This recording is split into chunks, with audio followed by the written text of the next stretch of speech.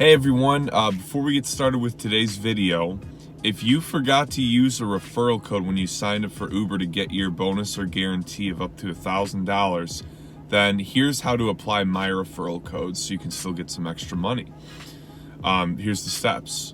So 1, open the Uber app. Next, click your photo or the 3 lines at the top corner. Click earnings. Click help or question mark. Click account and payment.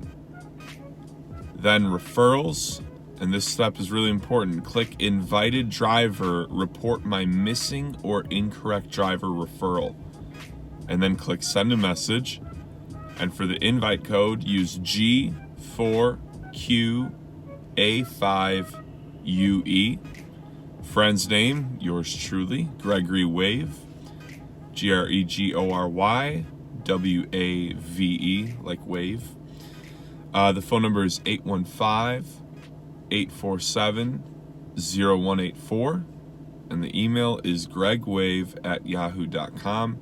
And for the details, you can just say something like, my good friend Gregory referred me to drive for Uber. What's up, everybody, and welcome to another episode of the Rideshare Hub. My name's Greg. So for those of you that do know me, you know that I don't drive this car and I don't have children. So why is there a car seat in my car? Well, I had some complications with my vehicle. It's pretty insane, honestly. So if you want, I made a video on that. You can check that out. But let's drive right into it. Well, maybe I should start saying that, a little catch line. Let's jump right into it.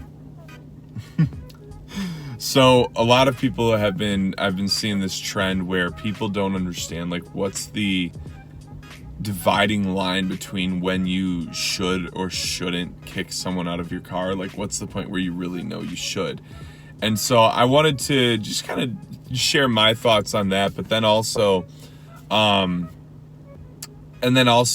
you guys a few stories about when I have or when I was really close to it. So the main thing to remember is that, like, as a driver, like, you have all the power, you know? And I think some drivers are honestly incredibly annoying about this, because I've been taking a lot of rides lately.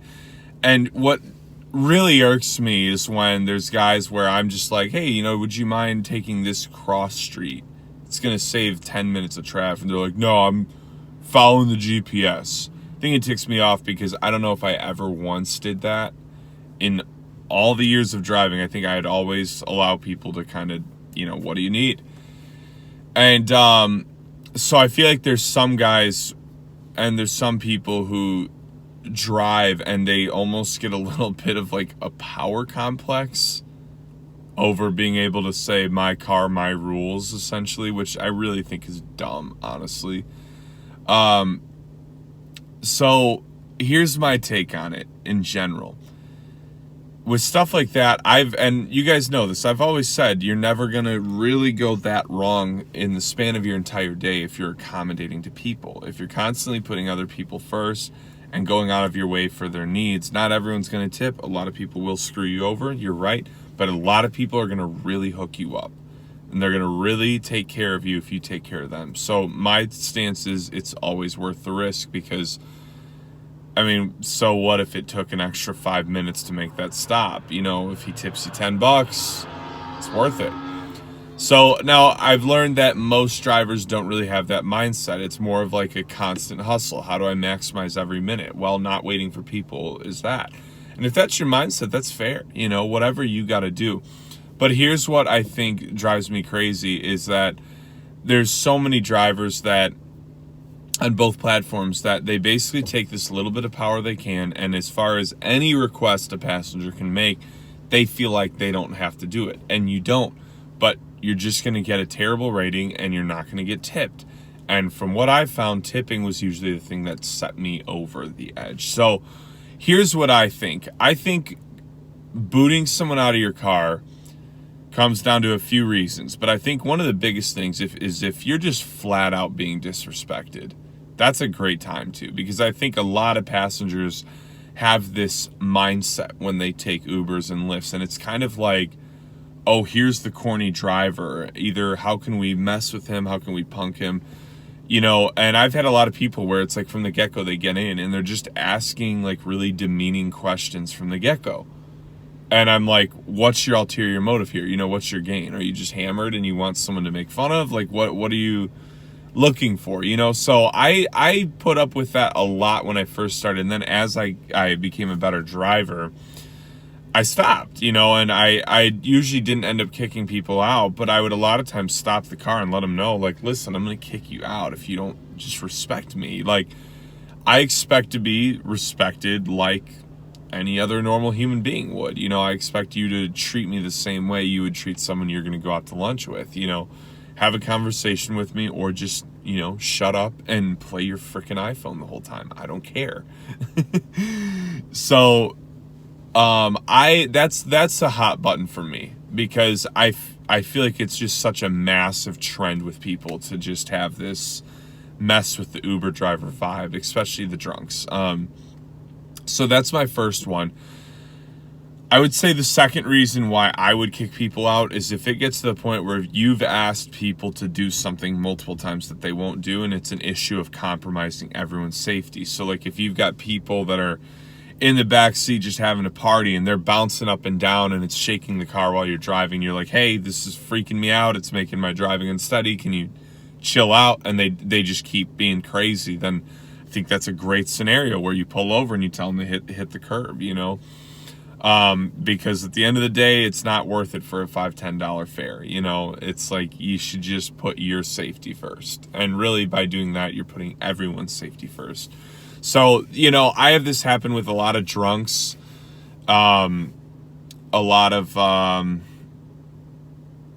people that are just on something and they just, if they can't calm down, you know, I'll do that. I'll pull over and just be like, listen, if you can't straighten yourself out, like I'm going to have to let you go because I don't feel safe right now. And usually if you do that, people will kind of sober up enough to make a sound decision. Obviously, if you feel uncomfortable, like in any situation, man, God, now I'm like remembering stories, but if there's any scenarios where you feel really uncomfortable with what someone's doing, like as far as towards you or to you, then that's like, I would say immediately pull over, tell them to get out. I've not really had too many scenarios with that, and it never like escalated, but I've had a few scenarios where I had to tell someone to keep their hands off me, like please don't touch me. I just remember one really weird ride where this girl's in the back seat with what I thought was her boyfriend, and she was talking to me and asking all these questions, and then she starts massaging my shoulders, and it was really weird. And finally I just was like, hey, I'm good, like I don't need a massage. And she's like, oh, I don't mind. I was like, I know you don't mind. It's like, I can tell. Putting off that vibe, Jezebel. So scenarios like that, obviously you'd probably want to kick someone out because it's a better safe than sorry thing, and you want to approach from the mindset of it's not worth $10. So some quick stories. Oh man, I had this really weird scenario. This was one of the ones that I actually kicked someone out, and I picked up this girl, and I don't know what happened, but I don't know if she was like drugged or something, but like this was honestly probably the weirdest, like most mysterious ride I've given to this day, and I really don't know what happened. And I don't know if I did the right thing. I honestly had no clue what to do in this scenario, but I'm sorry, this is a scenario, I didn't kick this girl out. This is a scenario where I probably should have, though. Okay, so here, sorry guys. This was like 2.5, 3 years ago. So I picked this girl up. This was in Nashville, Tennessee. And she doesn't have the address in Lyft. So I pick her up and I'm like, so where are you going? She goes, I don't know. And I was like, well, what are you talking about? What's your address? She was like, I don't know. And then she starts crying, just bawling her eyes out. This went on for about an hour and a half. I didn't know what to do. I was driving around aimlessly, and she can't remember anything, and then she would just start crying. And then at one point we're driving, we're like in the middle of the hood, and she's like, I'm just gonna get out here. And I was like, what? Like, so I didn't like stop her, but I looked at her, I was like, we're in the middle of the ghetto. I was like, I can promise that like anything, like you getting out here is like the worst place I could drop you off. So I was like, for the sake of my sanity, let me get you somewhere safer at least. And so I'm asking her if there's anything she can remember. She's saying no. And basically, to sum it up, this went on for like 2 hours. And then and again, I'm just on a time fare. So, I mean, I still made money, but it wasn't that good because we weren't constantly driving. Like, I parked for a while, and I'm like, well, what do you remember? Da, da, da, da, da. And basically what ended up happening is then, I don't know why, but I even asked her, like, can you call your parents or anybody? And she was like, no, I don't know anything. Well, then finally someone calls her phone. And so she answers, and it's her friend. They're like, where are you? And she's like freaking out. I don't know what's happening. So thankfully I hear her friend say the address on the phone. I put it in right away, and I was on our way. And, yeah, it was weird. It was probably the weirdest ride. But to be honest, guys, you shouldn't waste that amount of time on anybody. Like 2-3 hours is like way too much, and it's not our job, you know. Like, I really wanted to do the right thing and be the good person there, but like I probably honestly should have just taken her to the police station, you know. Like, I would have known she was safe. It's in truth not my problem. And, you know, this is Saturday night. I wasted a lot of good time. And that was a time when I was full time. I needed that money really badly. So that was it. Another scenario is, this goes into the demeaning, but I picked up these group of guys just absolutely belligerent. And it was just like that right from the get-go. They're like being insane. You know, saying some pretty rude things to me. I've got thick skin though, so I don't really care. I'll like, if anything, I'll usually play along with it, and I'll fire back too. So I mean, I'm firing back, but they're getting more and more intense about it. And I don't really want to go into what they say, but basically I got to a point where I pulled over, and I didn't even give them an option. I was just so fed up with it. I pulled over at like a McDonald's, and I just said, look, I'm done with you guys. I need y'all out of here. And it was kind of weird. They were kind of cool about it. They were kind of like, oh, we got you, bro. We understand. And I was like, okay. It was like, they're probably just drunk and hungry as heck for McDonald's. But it was really weird. Yeah, they were like really chill about it. Didn't give me a bad rating. I thought that was interesting.